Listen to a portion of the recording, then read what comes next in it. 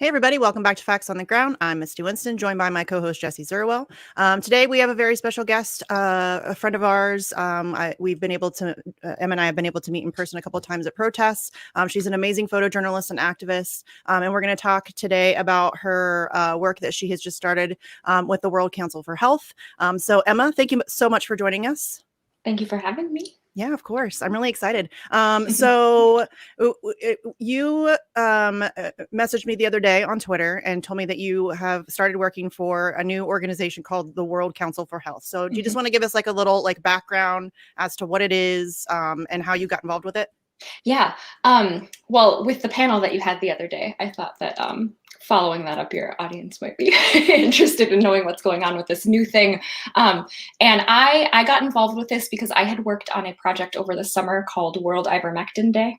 It was just a day to focus on a helpful medicine that was getting a lot of bad feedback and bad information about it floating around on the internet. So I got to work with some really awesome people on that project, and a lot of similar people are involved in the World Council for Health, but it's not just about ivermectin, and it's not just a few people involved in this. It's basically, we have the WHO, the World Health Organization, that has existed for a while and has got its like fingers in all kinds of different things, and isn't necessarily a trusted source of information and guidance for a lot of people right now.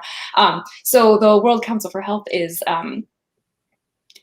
kind of a similar concept to being a worldwide organization with healthcare professionals, scientists, researchers, incredibly intelligent and experienced people that are getting it.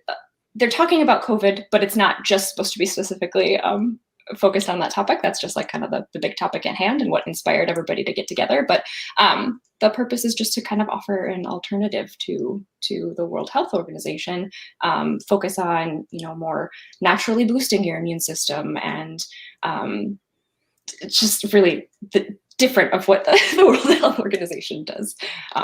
And it's really exciting, and it's a pretty new thing, and I've been involved in it for about a month now, and I'm really excited to see where it goes in the future, whether I'm still with it at that time or not. I think it's filling a massive need that exists right now. So yeah, I thought you guys might like to learn about it if you hadn't heard about it yet. 100%, because you're right. We do need, Jesse and I were just talking before we jumped on that, we do need alternative sources of information for this stuff, because we're kind of being force fed a narrative by, government and media entities. And it's really difficult to seek out alternative information, trying to find, different thoughts and ideas and research. So when you messaged me, I was super excited, and I took a look at the website and it looks really promising. So yeah, it's cool that there are people out there trying to put together just other options for people to look at for information, and not just on COVID. You're right. I mean, that is kind of the big,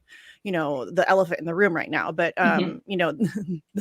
WHO is junk. It's garbage. Most of that stuff, all of those information sources are, very corrupted. So it's nice to be able to have like an alternative option to go and search out stuff. So yeah, it's cool. So when did it first? So you've been with it for a month. So have you been with it from jump? How long has it been around? I believe it was just around for a little bit more than a month before I got started. So it's very, very new. But the steering committee and a lot of the affiliates that are involved are names that a lot of people are probably very familiar with at this point. With if you're already seeking out that alternative information, it's just kind of bringing a lot of those people together. Because everybody's doing a lot of really great work right now. But this is kind of an umbrella to pull everybody together. And it hasn't been around too long, but has done really great things already. So it should continue to go on that trajectory into the future. Yeah, I was looking at the steering committee, I believe it's called, and there are some very notable doctors on there, Tess Lowry among them. And I was happy to see that, because going into researching the organization, I didn't know anything about it. This is new to me, as it is, I'm sure, to many of our viewers. So it was heartening to see that the steering committee is composed of professionals who are doing anything but towing the official WHO or CDC or I'm blanking on the acronym for the UK. Is it MPH, MHP? The NIH? The NIH. Well, there's the NIH, but there's the other sort of governing health body. But anyway, it's heartening to see that it's made up of professionals who aren't affiliated in any way with those organizations or towing those lines, which are essentially get vaccinated, get vaccinated, get vaccinated. Yeah. Yeah, because that's the only information that we're getting. Vaccinated. Yes, that's the only information that we're getting right now. From what do they call them? Authoritative sources. So ridiculous. Like, one of the things I wanted to talk to you about was that we're kind of being force fed this narrative, as we mentioned already. And so when we had the panel that you mentioned earlier the other day, which, by the way, I still can't believe I got to take part in. That was so awesome. But when we had the panel the other day, we were kind of discussing, are people kind of waking up to this? And with the start of this new organization, are you starting to notice that more people are starting to question, kind of the official narrative? Because I forget, it might have been Piers Robinson who said that it's like 20% are kind of aware of what's going on. 20% are hardcore, like full on establishment narrative. And then there's like that middle group who are, mostly on the fence. Are you starting to see more, like, are you noticing more people starting to wake up? Because I feel like we're on that path. Yeah, that's what I've been hoping would happen, even before like booster shots got introduced. And before I got involved in the World Council for Health, I've been paying attention to this stuff and reporting on it and working on it on Telegram and some news feeds there and stuff. So been plugged into the topic the whole time. And even before we knew that boosters were going to be a thing, that's kind of what I was hoping when we got to that point, that would be the thing that would start making people question that, like, oh, we were told that the vaccine was going to get us out of this. It was going to get better. We could go back to normal, whatever. And now I need a booster. I maybe thought I was going to need a booster, but not this soon. And now that one has come out, is there going to be another booster? And that, I think with every new thing that gets added on like that is opening the door for more people to just ask the question, is this what I thought it was going to be? Is this the right path that we're on? And I do think that there are kind of daily more people that are starting to ask that question, which is good, but there's also not a lot of good places for people to go while they're asking those questions, because obviously the people that are talking about these things are being censored all over the place. It's not, that question isn't even allowed to be asked in mainstream media. Yeah, and so you even said that the World Council for Health, you didn't even get to tweet. Yeah. This was before I joined. They got a Twitter account right away, and like it got banned before they even tweeted anything. So That's but it's really great to know that there's a lot of people doing really good work right now, because we need to be able to catch these people as they're starting to ask questions, and to catch them in a nice way, not to like make them feel really bad for the choices that they've made, not to make them feel like stupid for, oh, I didn't do what you did and you did and now you made a bad choice or whatever. Like, that along this process, people are going to be waking up, asking questions, and some of us need to be ready to answer these questions and to make them feel safe and okay and understood, and just catch them as they're like falling from the narrative that's been like boosted, because a lot of things will crumble for people once they get to that point. And there are people that are experiencing that kind of daily now, and I think it's just going to continue. I think I think a lot of people actually are starting to question it, but don't want to admit it out loud, because they feel duped. They feel, and I think that makes them feel bad, and they shouldn't. I mean, y'all, we're all susceptible to propaganda. They're very good at what they do, and this is a fear thing. They've used fear very effectively against people, and so I think a lot of people regret having gotten vaccinated. Or are starting to regret or maybe question if they should or should not. I mean, Jesse is a good example of that. Yeah, I was going to say, just speaking for myself, that I got the first 2 injections, and I was wary going into getting both of them, especially the second one, because I had a really nasty reaction to the first one. But I was wary going in, but at the same time, I felt like so many other people have felt that it was the safe thing to do, especially living in an apartment with 3 other people and having one of my parents who's had a long history of heart problems, respiratory problems. Um, but at the same time, I was really misinformed. I didn't have Mhm. all of the information. I was not doing deep dives like I do now. I was really just skimming the surface and taking the information that was put out there by the accepted sources.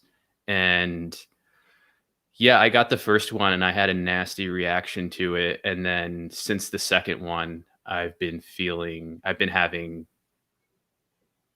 extended adverse reactions, I suppose you could say. Not as severe as what a lot of people have gone through, but definitely bothersome symptoms, bothersome effects that I know I can't say definitely because I don't know how you make that connection. I mean, we're hearing about people who are getting the injection and then dying and nothing is showing up in the autopsies. So I don't know how scientifically, chemically you could make that connection, but I know how I was feeling before I got the second one and how I've Mhm. been feeling since. And so I forget which doctor said it, but when that's the case, you have to assume that it's the injection that's Mhm. caused those detrimental effects. Mhm. So I certainly regret getting both of them, and I will not get any more. And I think a lot of people are in that position. Mhm. And I know Dr. Catherine Austin Fitz has said in interviews that she's seen prototypes of sorts for the digital vaccination records, and they have spaces on them for up to 8 to 10 booster shots. Mhm. So it's pretty clear this is something that those behind this insanity intend to keep going and going and going with for Mhm. as long as they need to achieve their non-health goals, I suppose you could say. And maybe that's Mhm. another conversation we could have, but obviously this is not about health. It's Oh never yeah. been about health. No. And Yes. There's an endless supply of reasons why we know Y'all, it's if it not. was about health, we would have gotten healthcare like Yes. immediately. Mhm. First of all, the fact that we don't have healthcare in the year 2021 in the United States of Mhm. America is fucking ridiculous. But second of all, certainly Mhm. once a pandemic starts, if it was about health, that would have been the first fucking thing they Yep. did Yep. was give everybody healthcare. Yes. And it's never been about health. No. It's There's ridiculous. so many ways that we can point to that. Yeah.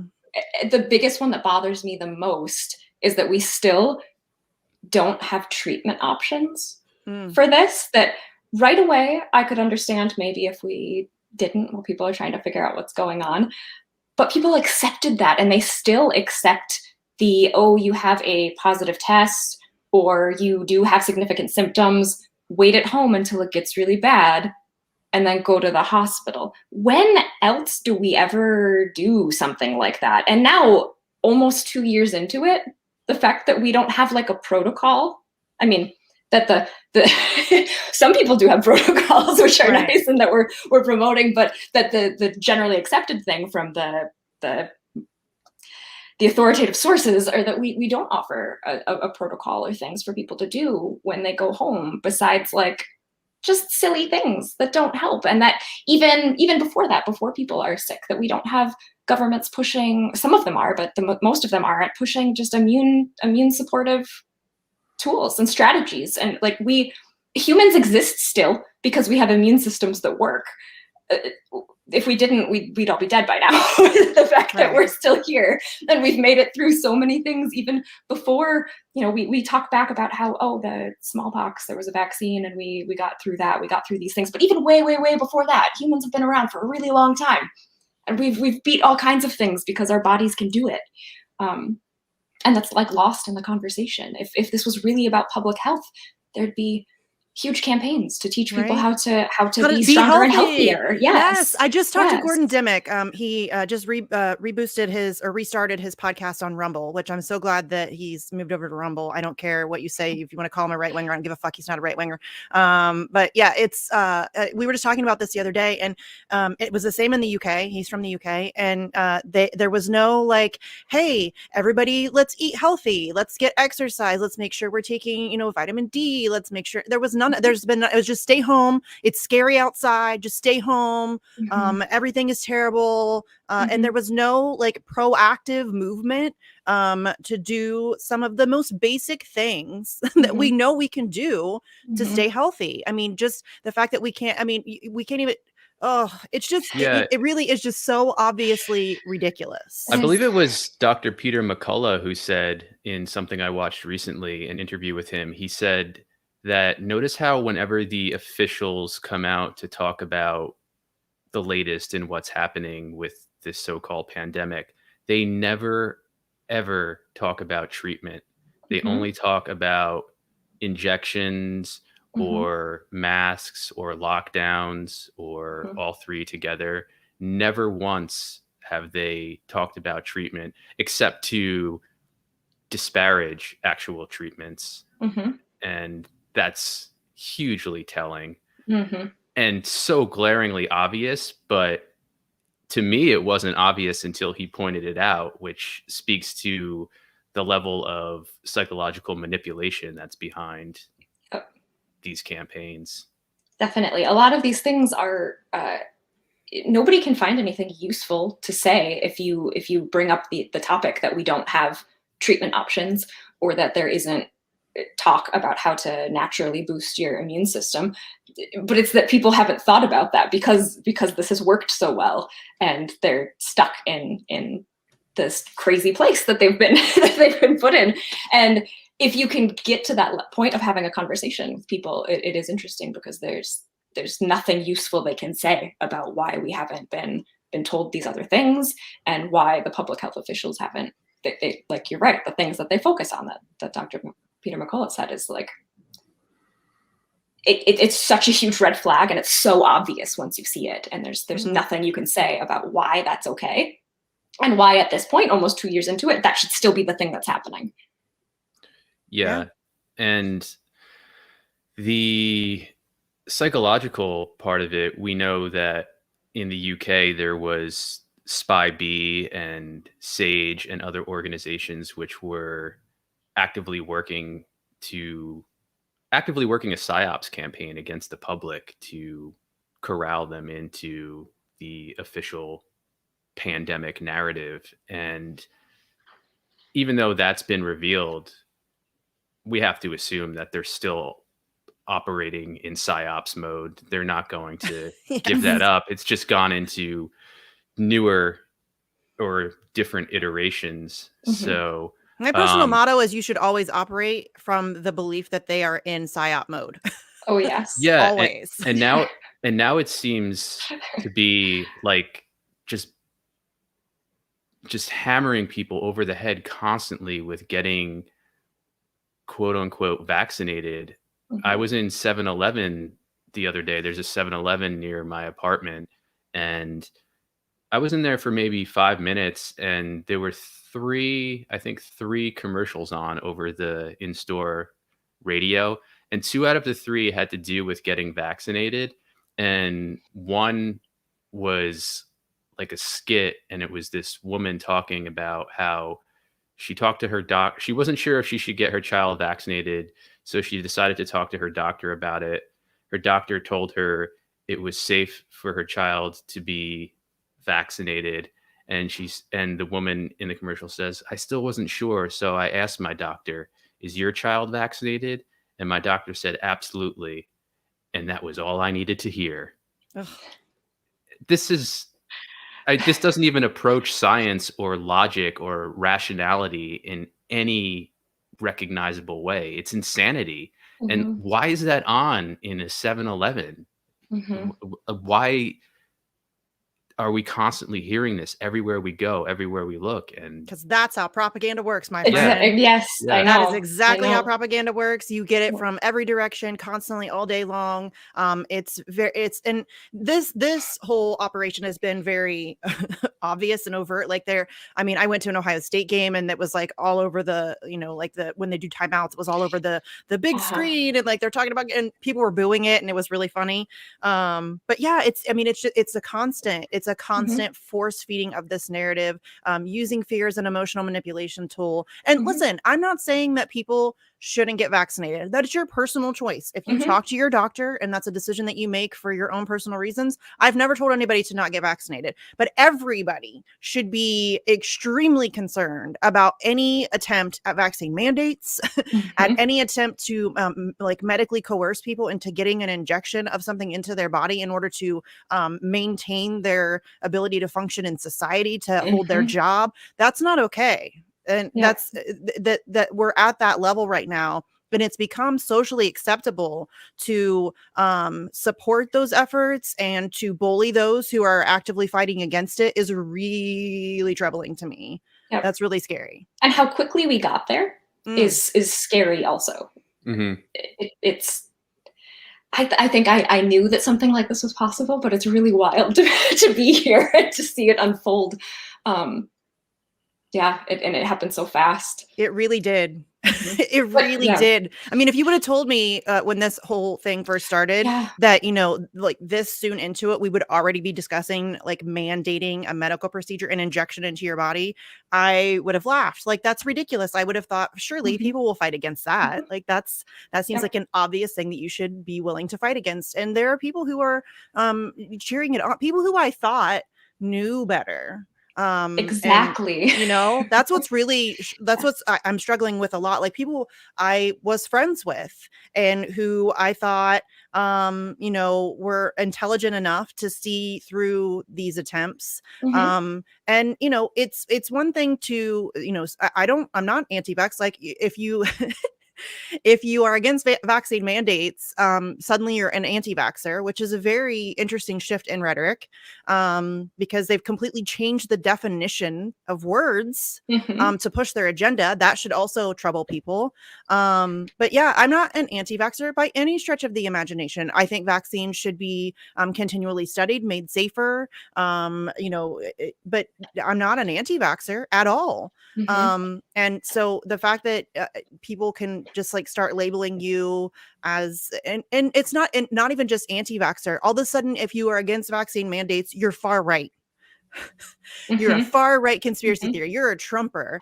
And it's this weird, I mean, I know a lot of people who identify as leftists who are against vaccine mandates, as they fucking should be. As a leftist, I know. What the fuck is happening, Emma? That's one of the places that I'm struggling most because of the places that I come from, like in terms of activism and that stuff, and being an anti-war activist and being surrounded by so many people that are anti-imperialist and stuff, but are just like totally towing the line for all this. And I don't understand. It's interesting because a lot of these kinds of people that lean that way are generally more aware and conscious of what other people are experiencing, and they want to be good, they want to be helpful. That's kind of like what a lot of them, their lives are based around. That's why they're in activism. And I think that that's what they got hung up on. That's how they got pushed this direction, is because of the greater good, helping people and not being selfish and that kind of stuff. And they're just so stuck in that. And what you said, that people are getting lumped in with being Trump supporters, being the right, being whatever, that now that division has been created, there's a lot of people over on the left that won't give it the time of day at all, because that's just what's been put in front of them, that these people, it's all the right, it's all people that they always disagree with 100%, and they're not willing to just look into it even a little bit. And of course, there's a huge campaign now to censor anybody that's talking about these questions, because that's the opportunity for some of these people to maybe start listening because, oh, there's a independent journalist or whatever, maybe even a politician. Yeah, somebody that I'm actually like, that I used to listen to that is asking these questions now. But now it's harder for them to find that. Those things aren't just showing up. You have to seek them out now. And of course they're doing that. From their perspective, it makes all the sense in the world to and that should be a red flag. No? Yeah, it should be. Anytime that they're putting so much effort into censoring a side of a conversation, that should be a red flag. You should be suspicious of that. The fact that they're trying to exclude any dialogue that challenges the official narrative is that's not good. That's not a good thing. And that's what it's really because the whole Fiorella thing, there was like a whole, obviously it's the same crew of like shitlibs who pretend to be leftists who whatever, but they're like cheering on the fact, oh well, she shouldn't have pushed anti-vax, blah blah blah blah blah, and that's ridiculous. We should be able to have those conversations. We should be able to examine alternative sources of information. We should be able to, I mean, it's not like it's like Jim Bob from down the street told me that this doctors, scientists, researchers, there are professional people out there who are challenging the official narrative. And why is that a problem? Why it's not like you get to have like the monopoly on what's the dialogue is, although that is exactly what's happening. They are trying to impose a monopoly on dialogue. But yeah, it's to see people cheering on the censorship of this kind of stuff, and to see people cheering on this really terrifying authoritarian stuff. I mean, this is crazy, scary shit. Really. I mean, the fact that Noam Chomsky is talking about starving people. Yeah. What the hell is happening? Yeah. And in some places that's what's happening. I know Max brought it up on the panel the other day, what's happened in a couple of different countries now, but in India especially, where people do have to have these vax passes in places, and even people who have been vaccinated, it's backfired, and there's been errors that have caused people to not get food for not a day, not 2 days, for a long time, and it's resulted in death. Like, there's none of this is okay. And I don't know how people can ignore, especially the people on the left that claim to be usually for the little guy, those are the people that are being hurt right now. Those are the people that we need to stand up for. Even if you support vaccines or whatever, that's fine. But once we get into the territory of mandates and people are unable to work, and people are not getting food and they're dying, and people are not being able to access healthcare and they're dying, why are these people suddenly dispensable? Why are we okay with the harm being caused to them? We can't be, even if you don't agree with them. Like, that's right. How are we here? I don't know. Yeah, I think as we touched on in the panel the other day, that being really firm in our language is vital at this point. And I think when people refer to these injections as vaccines, we have to push back and say these aren't vaccines. And I also think we have to stop, I'm just speaking for myself, but stop repeating this notion that the vaccines may help the vulnerable segments of the population, because there's no scientific proof for that whatsoever. That was the official line that was trotted out at the beginning of the vaccine rollout. And there's no clinical data to back that up. In fact, if you look at data from the UK, it points to the exact opposite of that. And also what's happening with a lot of elderly people who are part of this at-risk population is that they're being herded into hospitals and herded right into end-of-life care. So put, intubated and then drugged into confusion, and then given a kill shot of morphine and midazolam or midazepam. I'm butchering the name right now, but it's something close to that. And there are nurses who are coming out in the UK saying that we're committing euthanasia here. These people do not need to die, but they're being shuttled right into a route toward death. And I don't know why that is exactly. I have some theories that it's about, well, it's probably not even a theory. It's about keeping the fear going, more cases, more deaths. And so, Well, just the way that the deaths are reported, it's the thing of dying from COVID or dying with COVID, because anybody who dies with COVID is being counted towards a COVID death. You know what I'm saying? Like, there was an article I just tweeted about the other day. There was an article about a child under 10, I think, who died with COVID. Had other serious comorbidities and all of that stuff. COVID wasn't the cause of death, but because the child died with COVID, they, and that's like in the very last paragraph of the story. It's always at the end. Child dies with COVID. Yeah, but then that child had pneumococcal meningitis, I believe it was. But the headline said something like COVID-19 claims child. Of course. Yep. Yeah, and that's a really quick way to terrify parents into rushing out to get a vaccine for their children. It is. But just getting back to what I was saying, because I sort of meandered there, we have to be firm in our language and push back and say, you can call me whatever you want, anti-vax, but these are not vaccines. These are experimental gene therapies.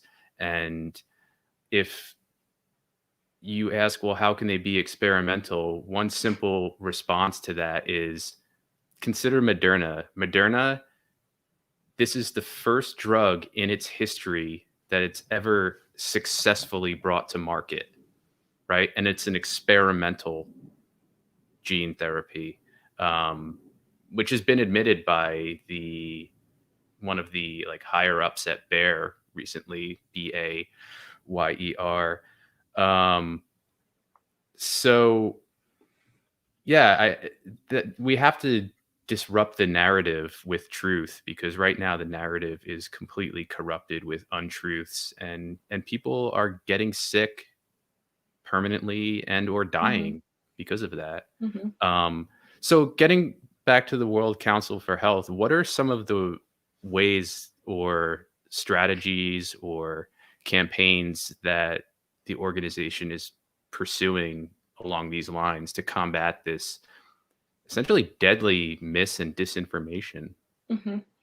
I think for anyone right now that's trying to speak on this issue, it's complicated for some of the reasons that you brought up, Misty, that it's really quick to just be labeled like right-wing or anti-vaxxer or whatever when you're trying to speak on this. And, the World Council for Health is not an anti-vax organization. We have content and a few campaigns that'll be coming out to just help people in their decision-making process with this stuff and making sure that they're informed, because we don't have informed consent happening really anywhere right now. And that's a very integral part of receiving and accessing healthcare, is being aware of what is happening to you.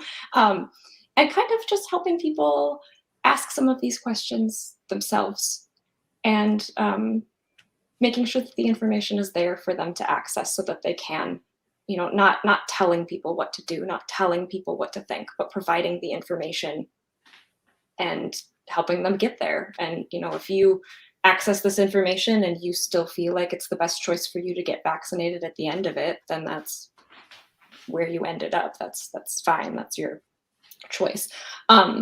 There's a guide that we have that came out, I believe, 2 weeks ago, about how to naturally optimize your immune system, since that's not something that the other health organizations I'm going to throw the doing. website up on the screen so people can see some of it.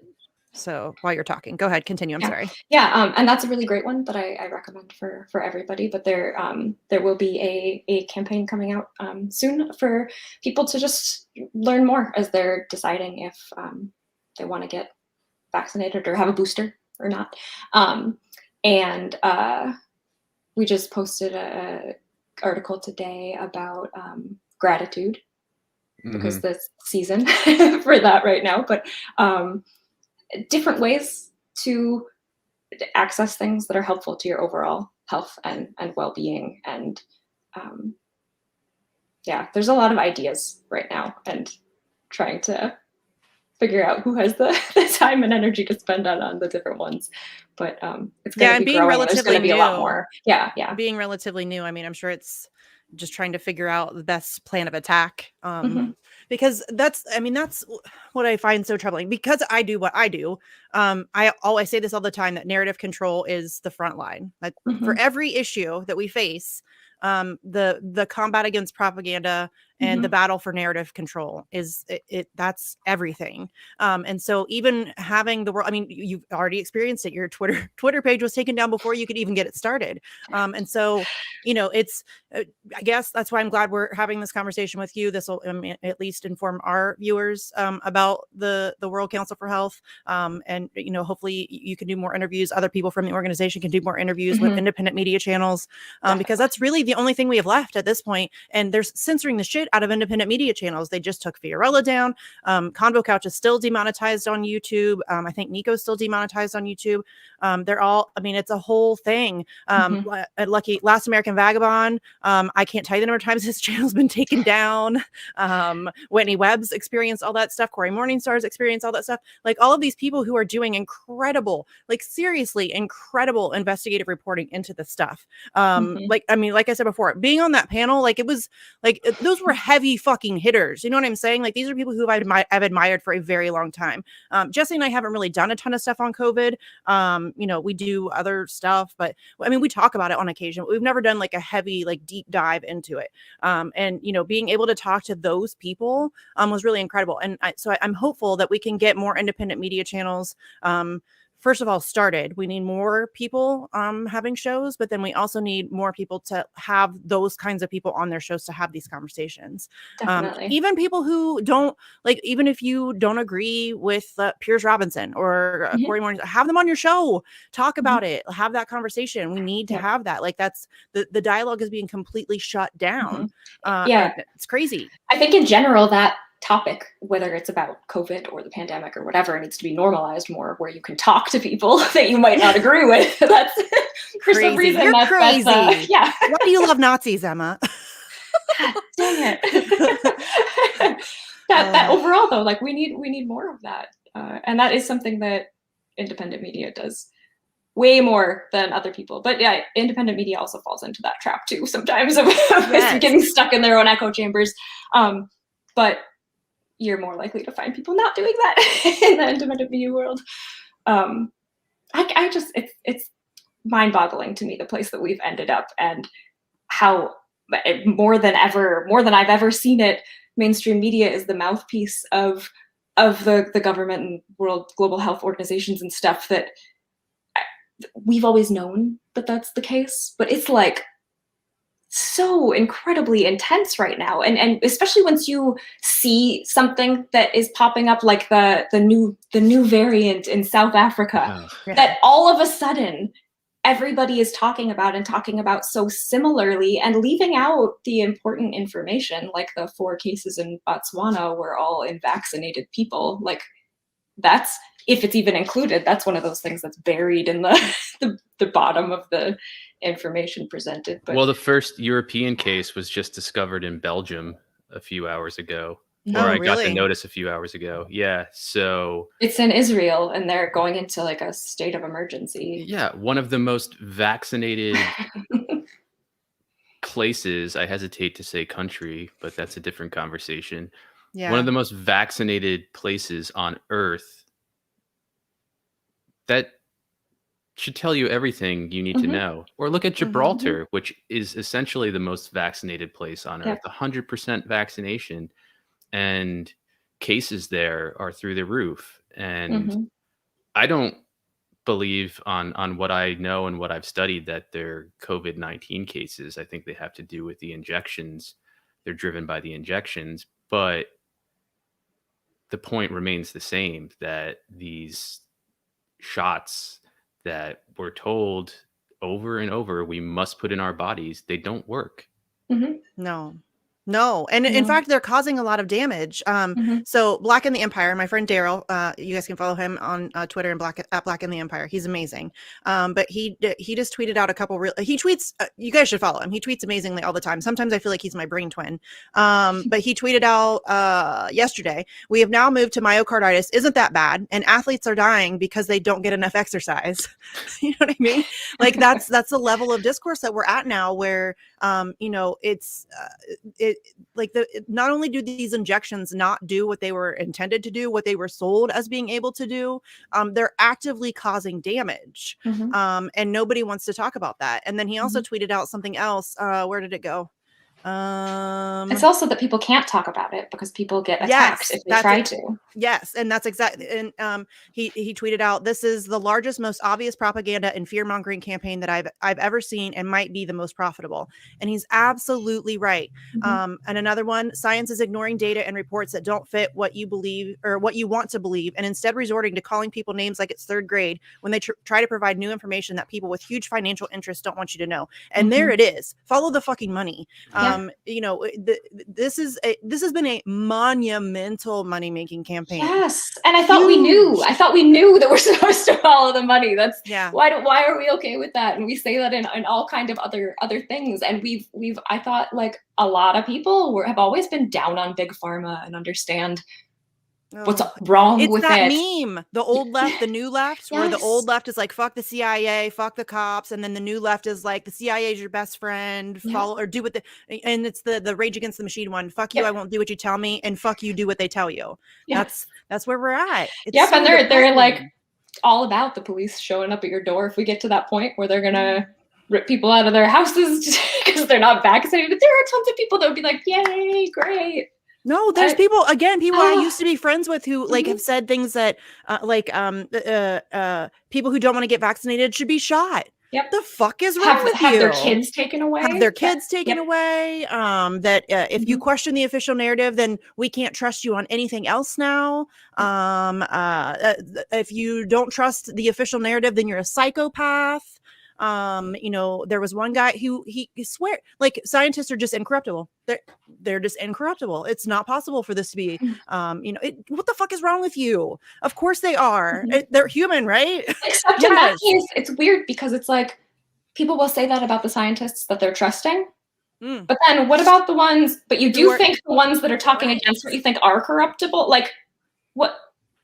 Either or here, like what's going on? This amazing cognitive dissonance thing. It might have been Poikinen. It's like this was it? I don't know. Somebody. It's like this mass psychosis or this, but it really again comes down to, and I hate to sound like a broken record, but it comes down to narrative control. It comes down to propaganda. It comes down to the fact that the big pharma companies control our media. They own our government.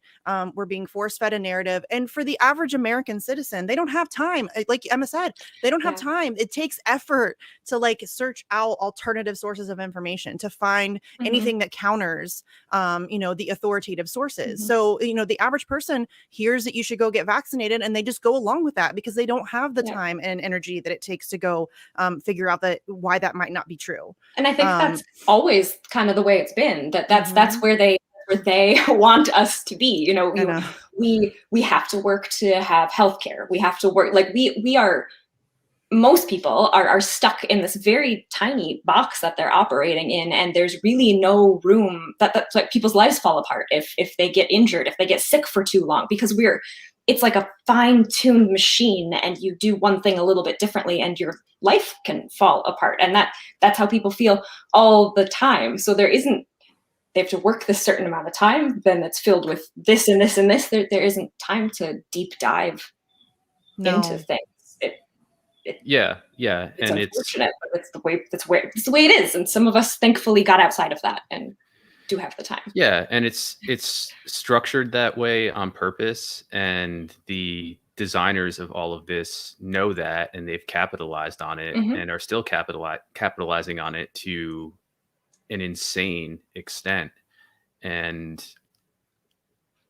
it's amazing when you really just break it down to the basics that this is the fear about all of this, the official narrative about all of this is put in our faces and in our ears in front of us every day, nonstop, yet we're not allowed to talk about it.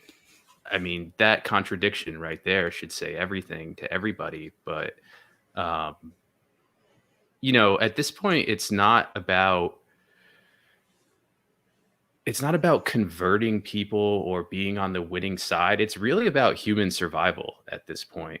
And I think that's another message we really need to drill home when we speak to people about this, is that, we don't know what the long-term effects of these injections are. But we're starting to see very clearly what they're probably going to be. And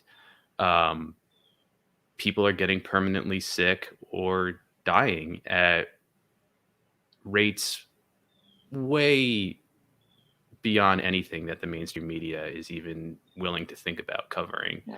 And, you have to look at the groups that are being targeted by this too, like the elderly.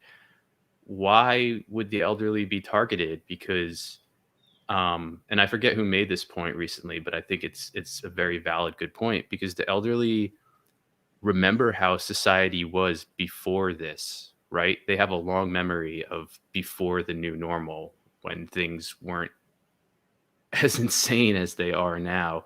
And so it seems like they're being systematically wiped out. Like, there's a systemization to all of what's happening, and it's not, we have to get beyond the stigma that it's conspiratorial to say that, because it's systemic and systematic. It's and obvious. It's Yeah. fucking obvious what's happening. I'm so tired of people calling people like Whitney Webb a conspiracy theorist. First of all, she is one of the most the best source journalists I've ever come across. Nothing she says is not completely sourced to like the minuscule, like tiny grain of like the beginning of a thought.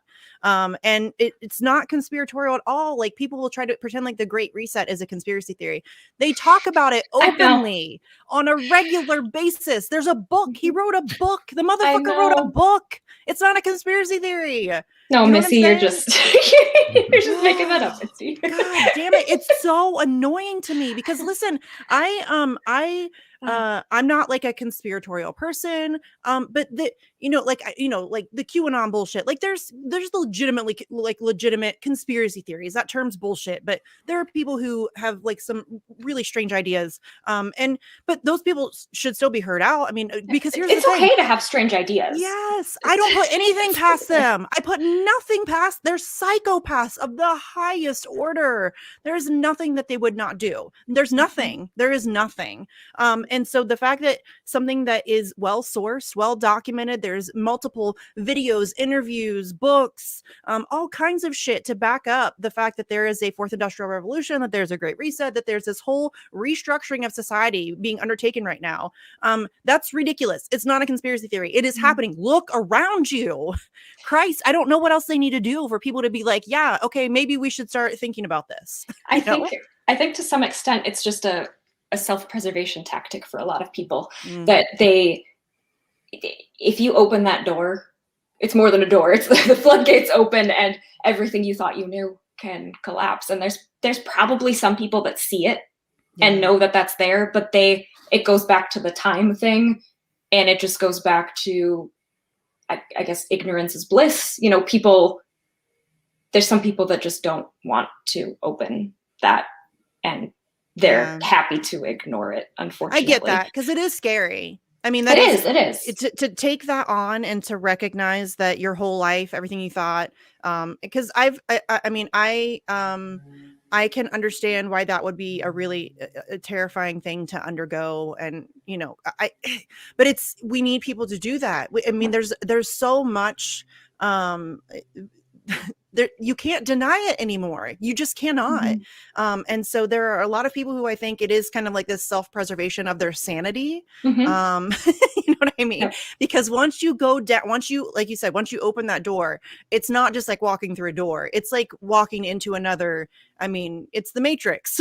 Yes. You know, and that is a lot. It is a lot. And once you go, there, once you know, I say this all the time, once you know, you can't unknow. And that's really scary for people. But we need people to just, I mean, because the only way we can combat it is if we recognize it and we, actively talk about it. And not enough people are doing that. More people are starting to. It's been really nice to see people like Max Blumenthal. He's come around on COVID. He was kind of shaky on it at first. Jimmy Dore has come around on it. He was kind of shaky on it at first. So seeing these like bigger names, like people who have large platforms, starting to openly talk about these things is nice. Like that's a really good thing. So I just hope that we can get more people to start recognizing what's happening and being more like, I understand, at least right now, it's kind of socially unacceptable to question these things. And I think I think a lot of people, maybe Emma, you said this earlier, I think a lot of people do see it, but they're afraid to speak out because you will be ostracized. You'll be smeared. You'll be slandered. You'll be called right wing. You'll be called a conspiracy theorist. You'll be called an anti-vaxxer. So I get that a lot of people are probably just silent right now. And I think that they do recognize what's happening. Hopefully, as more people start to speak out, it'll become more acceptable for those who are afraid to start speaking out as well. And I think we're seeing that just based on the size of the protests that are happening, especially across like Europe and Australia. It's amazing. Oh, but those are all just Trump supporters, though. Right. That's all right wingers. Yeah. But I do think that it's possible that we can get to somewhat of a tipping point where those people that do recognize this and have those questions but don't feel comfortable talking about it because they might have actually been the people that have called people conspiracy theorists and crazy, and that's a hard thing to accept if you were partaking in that and then you've kind of become that person. There's all kinds of emotions, I imagine, wrapped up in that, but where the volume of people will be big enough to tip us in that direction, where if you do start saying that, you will have some community and some support. But I am concerned that when we get to that tipping point, I hope it's not too late for a lot of the stuff that's happening. Time is really of the essence here. We don't know exactly what the end game is, but it's not good. We don't know how long this path is, but the sooner we can get to a tipping point where there's a mass of people that are willing to speak up and then willing to support each other through this. It's happened in so many topics lately too, but probably over the last handful of years, where we're not accepting of people who come to where we are at any point. Like we're very critical of people for being not awake on a topic, and we're mean, not like we, us, but just generally culturally. And then as soon as they wake up to the thing, people aren't very kind accepting. I say this all the time. What took you so long? I say this all the time about the Assange stuff. I don't care. If you have been anti-Assange, if you have, if you today, I don't care if we have been arch enemies. I don't care. I don't care if you want to join the Free Assange movement. Welcome aboard. Bygones, let's move. You know what I'm saying? And we need to, and you're right. I think that there's a lot of that. There's a lot of this, it's a team mentality thing. And it's oh, well, you weren't on my team. And there are a lot of, I hate to say it, there are a lot of independent media channels who look down their nose at people who don't cover the same things they cover, who aren't covering them in the same way that they're covering them, who talk down to people who aren't part of their audience, who, you know what I mean? And it's this really troubling thing because I struggle with patience too on certain things, but everybody's on their own journey. We have to be willing to meet people where they're at. We have to be willing to have conversations with people that don't agree with us, and work towards changing their mind. And being an arrogant prick isn't going to bring anybody over to your side. It's just going to make people dig in their heels even more. In fact, you will not be able to bring anybody to your side because everybody's on their path, and that the minds change. Most people aren't born with all of this knowledge about the way things really are. Or even the ability to think critically. I think that Mhm. critical thinking is like a real, Yeah. it's not something that everybody is good at. You know, I think a lot of people are born with the ability to think critically, but I think a lot of people have to be shown how to examine things. Yes, and unfortunately, that's not happening right now. No. We're being shown not to think critically. Exactly. So we do definitely have to have like empathy for the people that are on their paths and aren't good at critical thinking and aren't good at researching and have been buying into whatever. Yeah, so smearing or trashing, if you're an independent media person and you're trashing another independent media person because they just started covering this, that's not helpful. That's not, like, you should be like, hey, I'm so happy that you're covering this now. You know what I mean? Like, I don't care if you were covering it 2 years ago or if you were covering it 6 months ago or if you were, I mean, that's great. Like, I appreciate the work that you're doing, but then trashing other people, that's just not helpful. No. It's just not. Like, we need more people. We need to encourage more people to cover that stuff. I see that a lot with Jimmy Dore. A lot of independent media personalities will be like, oh, he's so late on this, blah, blah, blah. I don't care. The fact that he's a huge platform and the fact that he's covering it now is great. And we should be. What's the alternative? He doesn't? I know. Would that be better? Right? I don't understand that mentality at all. And I get that people want credit for being first on things and all of that stuff, but I don't. Okay, I guess, but it's not about your ego, homies. I mean, we're in a time right now where it feels like we're like trying to save the world. So like, we don't need to talk about credit and when people come, like, just come on. Whenever you get here, we need you. Yes, welcome aboard. Yes. Well, in political or socio-political theory, what's happening is called what the elites, what the official sources and bodies are doing is pursuing what's known as a strategy of tension, where it's exactly what we see, pitting camps, if you will, of people against each other, even within, I don't like using the word camp, but for lack of a better term, even within the camp of people who have come to the realization that these aren't vaccines, that there is a much bigger supranational agenda behind what's happening that has nothing to do with health. Even within that camp, they're relying on strategy of tension to have us pitted against one another. Like, oh, you're late to the game on this. Get out of here. You know, you should have realized this back at whatever date, and you're only realizing it now. But we have such a almost inherent capacity for giving into that kind of mentality that they're banking on it, that we will, and that we'll essentially destroy ourselves, whether we're in our camp, again, for lack of a better word, or in some other group of people. And that's something we have to always be alert for and resist at every turn, because you know, with social media especially, it's inclusivity has become an obsession, and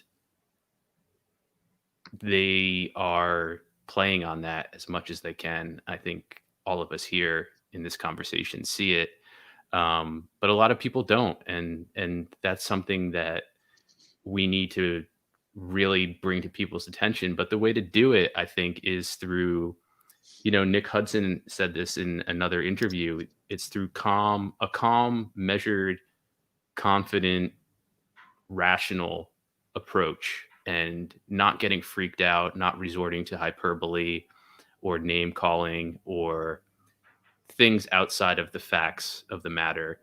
And that's why it's so important that organizations like the World Council for Health are there, because they do that. They provide information in a measured, rational way that people can look at and look at the sources that are cited and then decide for themselves, you know, does this make sense to me? And hopefully they will come to that conclusion, because it should make sense.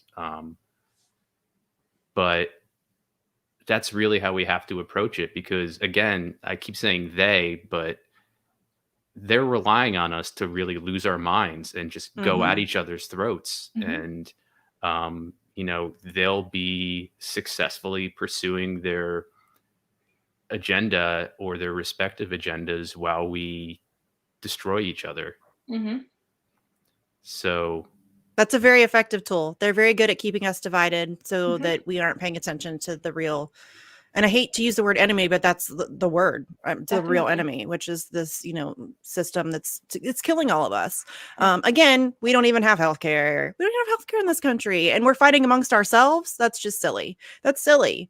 But again, they are very good. This whole, the propaganda machine, the emotional manipulation, the fear mongering, it's all very effective tools, and it's going to take a lot of effort and education to get people to see beyond that, which is why I'm glad that, the World Council for Health is something that is popping up. We need more organizations like that.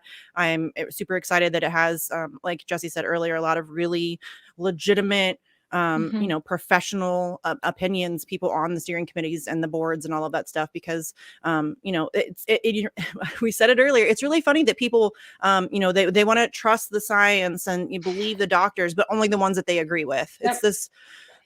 It's this silly thing that this team mentality. We have to get beyond this team mentality thing and be able to look at information that's outside of our comfort zone, and just examine everything. And if you at the end of the day examine all of the information and you decide that you still want to get injected, then that's I'm not ever going to tell you shouldn't or can't do that. Go for it. But we need to have informed consent, and we do not have that right now. We're not getting all of the information. I don't know that anybody with half a brain cell could argue that we're getting all of the information. We're definitely not.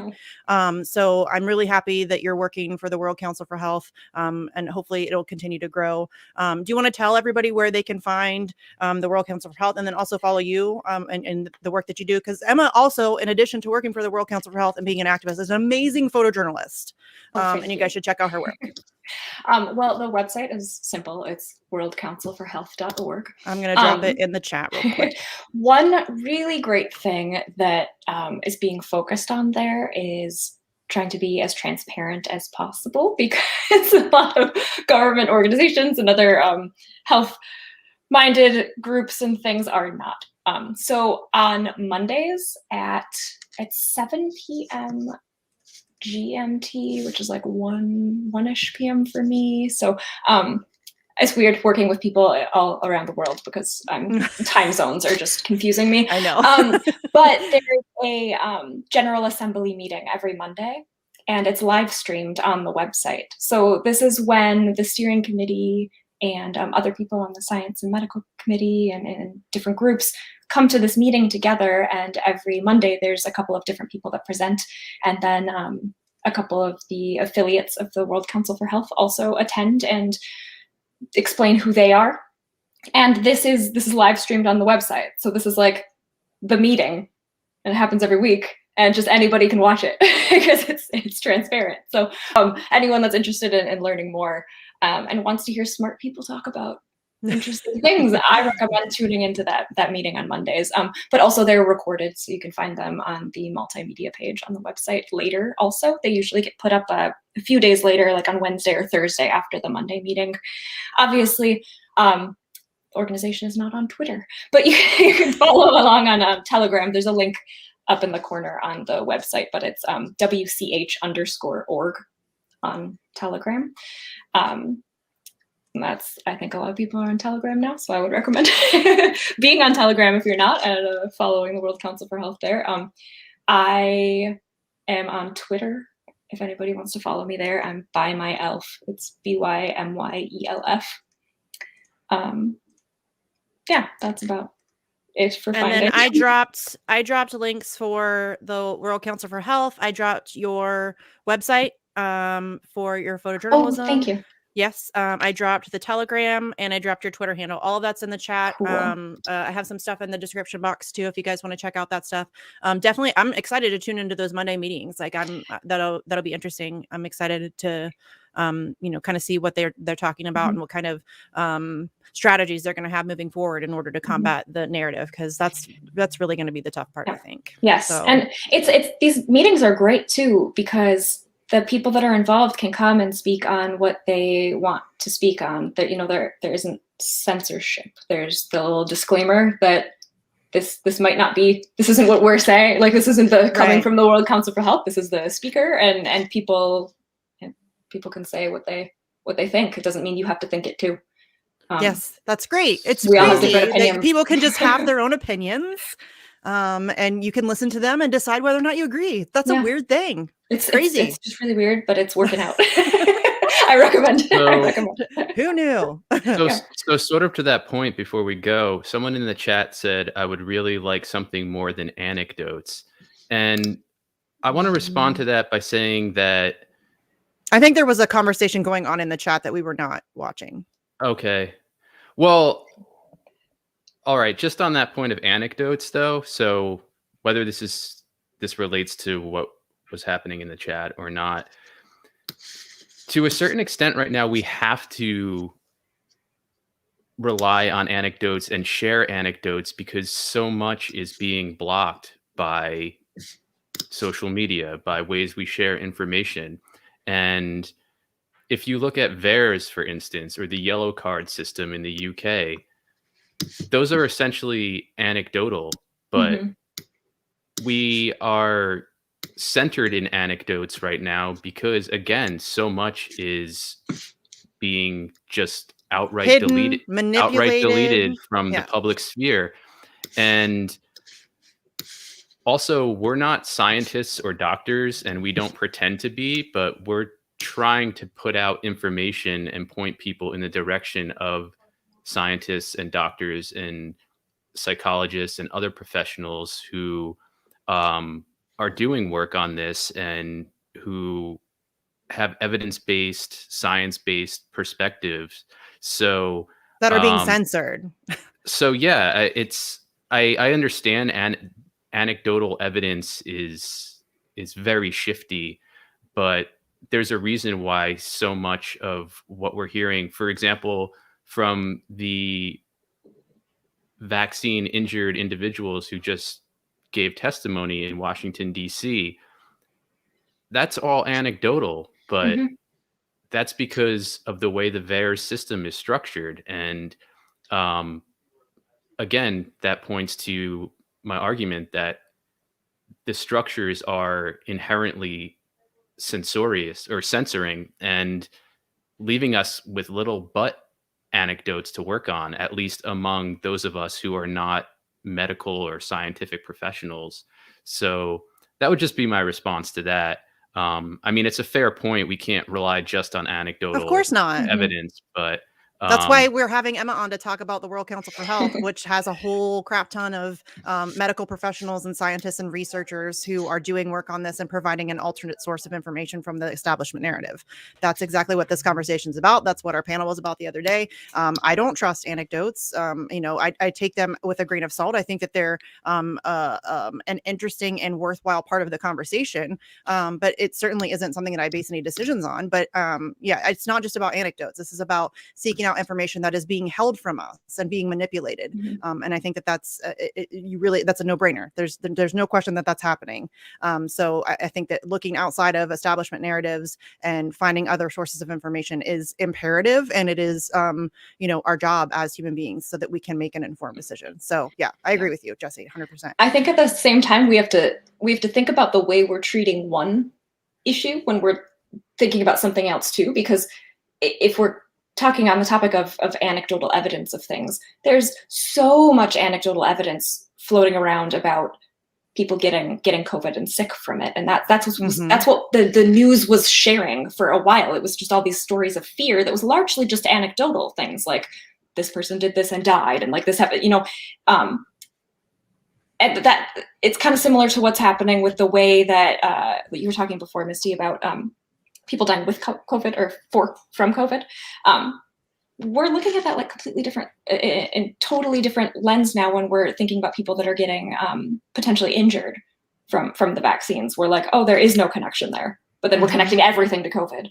Like we've got these two similar things and we look at them differently. So we're like, people were accepting tons of anecdotal evidence about COVID, but then we can't accept anecdotal evidence about this other thing. Like, we need to be consistent. With this. And I do agree that, anecdotal evidence is often take it with a grain of salt, but also when those are the things that are being censored, sometimes that's all we have to look at first. Sometimes, especially in like kind of the the scientific process, really. Like you look at little things that don't have a lot behind them yet, and that's what you start with. You're like, oh, Yeah. I've noticed a lot of people telling this story, or I've noticed this thing happen this many times, and that's anecdotal, really. But then you look into it, and then that's what builds something else, and that's how you learn. So yeah, it's that's a great point. That's Yeah. where that's where the scientific process starts, is when somebody notices a pattern or a trend, and then you want to investigate it further.